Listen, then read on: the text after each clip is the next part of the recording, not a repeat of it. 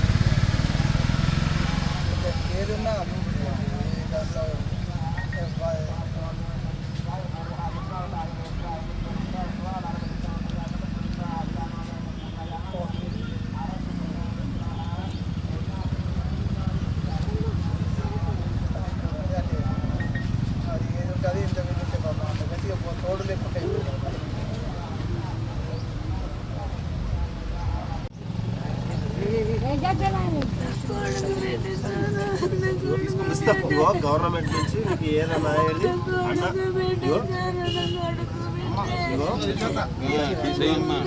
మీకు ఏది కావాలో చేపిస్తాం మేము మొత్తం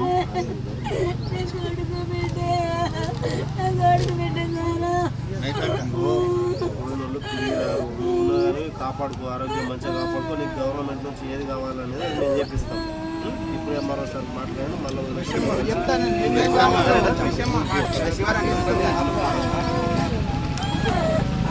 అమ్మ ఏడ్స్తే ఏమొస్తుంది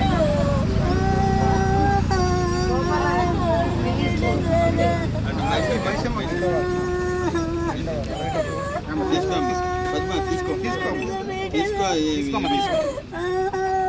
చేద్దాం